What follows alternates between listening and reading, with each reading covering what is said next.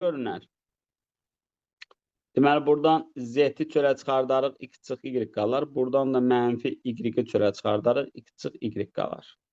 Onda x çıx y-i çölə çıxardanda topluda da bu suallardan var. Nə o, standart sual tipidir. X çıx y də var, amma indi diqqətli olun. Bax, diqqət. Z çıx y yoxdur axı. Onda nə edəcəm? Bunlardan 10 alacaq. Bunlardan da necə alım? X-i yoxa eləməklə. Tərəf tərəfə bunu çıxsam nə qalır? Z çıx y bərabərdir. 3-dən də 4 çıxanda nə qalır? Mənfi 1. Yəni Z çıx y-in mənfi 1-dir. Anladınız mı? Bəli, bəli. Hə, bu gözəl keçiddir.